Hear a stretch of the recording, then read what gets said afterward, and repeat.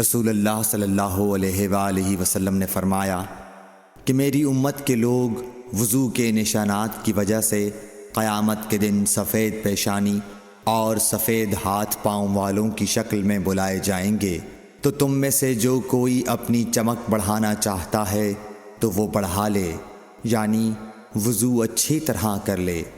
صحیح بخاری حدیث نمبر 136۔ رسول کریم صلی اللہ علیہ وسلم سے شکایت کی گئی کہ ایک شخص ہے جسے یہ خیال ہوتا ہے کہ نماز میں کوئی چیز یعنی ہوا نکلتی معلوم ہوئی ہے۔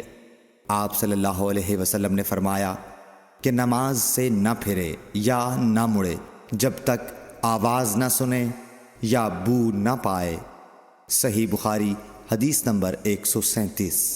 نبی کریم صلی اللہ علیہ وسلم سوئے یہاں تک کہ آپ خراٹے لینے لگے، پھر آپ نے نماز پڑھی، اور کبھی راوی نے یوں کہا کہ آپ صلی اللہ علیہ وسلم لیٹ گئے پھر خراٹے لینے لگے، پھر آپ صلی اللہ علیہ وسلم کھڑے ہوئے، اس کے بعد نماز پڑھی۔ پھر سفیان نے ہم سے دوسری مرتبہ، ابن عباس رضی اللہ تعالی عنہ کہتے تھے کہ ایک مرتبہ میں نے اپنی خالہ ام المومنین حضرت میمونہ کے گھر رات گزاری تو میں نے دیکھا کہ رسول اللہ صلی اللہ علیہ وسلم رات کو اٹھے۔ جب تھوڑی رات باقی رہ گئی تو آپ صلی اللہ علیہ وسلم نے اٹھ کر ایک لٹکے ہوئے مشکیزے سے ہلکا سا وضو کیا۔ عمرو اس کا ہلکا پن اور معمولی ہونا بیان کرتے تھے، اور آپ کھڑے ہو کر نماز پڑھنے لگے تو میں نے بھی اسی طرح وضو کیا جس طرح آپ صلی اللہ علیہ وسلم نے کیا تھا، پھر آ کر آپ کے بائیں طرف کھڑا ہو گیا۔ اور کبھی سفیان نے ان یسارہ کے بجائے ان شمالہ کا لفظ کہا، مطلب دونوں کا ایک ہی ہے۔ پھر آپ صلی اللہ علیہ وسلم نے مجھے پھیر لیا اور اپنی داہنی جانب کر لیا، پھر نماز پڑھی جس قدر اللہ کو منظور تھا۔ پھر آپ لیٹ گئے اور سو گئے حتیٰ کہ خراٹوں کی آواز آنے لگی۔ پھر آپ کی خدمت میں مؤذن حاضر ہوا اور اس نے آپ کو نماز کی اطلاع دی۔ آپ صلی اللہ علیہ وسلم اس کے ساتھ نماز کے لیے تشریف لے گئے، پھر آپ نے نماز پڑھی اور وضو نہیں کیا۔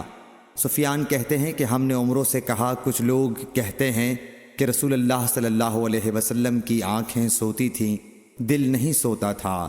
عمرو نے کہا، میں نے عبید بن عمیر سے سنا، وہ کہتے تھے کہ انبیاء علیہ السلام کے خواب بھی وہی ہوتے ہیں۔ پھر قرآن کی یہ آیت پڑھی، میں خواب میں دیکھتا ہوں کہ میں تجھے ذبح کر رہا ہوں۔ صحیح بخاری حدیث نمبر 138۔ رسول اللہ صلی اللہ علیہ وسلم میدان عرفات سے واپس ہوئے۔ جب گھاٹی میں پہنچے تو آپ اتر گئے۔ آپ نے پہلے پیشاب کیا، پھر وضو کیا اور خوب اچھی طرح نہیں کیا۔ تب میں نے کہا، یا رسول اللہ، نماز کا وقت آ گیا۔ آپ صلی اللہ علیہ وسلم نے فرمایا، نماز آگے ہے، یعنی مزدلفہ چل کر پڑھیں گے۔ جب مزدلفہ میں پہنچے تو آپ نے خوب اچھی طرح وضو کیا، پھر جماعت کھڑی کی گئی۔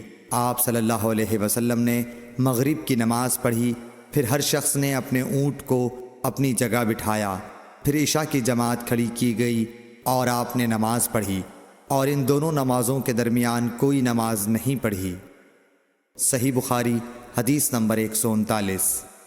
ابن عباس رضی اللہ تعالی عنہ نے وضو کیا تو اپنا چہرہ دھویا، اس طرح کہ پہلے پانی کے ایک چلو سے کلی کی اور ناک میں پانی دیا، پھر پانی کا ایک اور چلو لیا، پھر اس کو اس طرح کیا، یعنی دوسرے ہاتھ کو ملایا، پھر اس سے اپنا چہرہ دھویا، پھر پانی کا دوسرا چلو لیا اور اس سے اپنا داہنا ہاتھ دھویا، پھر پانی کا ایک اور چلو لے کر اس سے اپنا بایاں ہاتھ دھویا، اس کے بعد اپنے سر کا مسح کیا، پھر پانی کا چلو لے کر داہنے پاؤں پر ڈالا اور اسے دھویا، پھر دوسرے چلو سے اپنا پاؤں دھویا، یعنی بایاں پاؤں۔ اس کے بعد کہا کہ میں نے رسول اللہ صلی اللہ علیہ وسلم کو اسی طرح وضو کرتے ہوئے دیکھا ہے۔ صحیح بخاری حدیث نمبر 140۔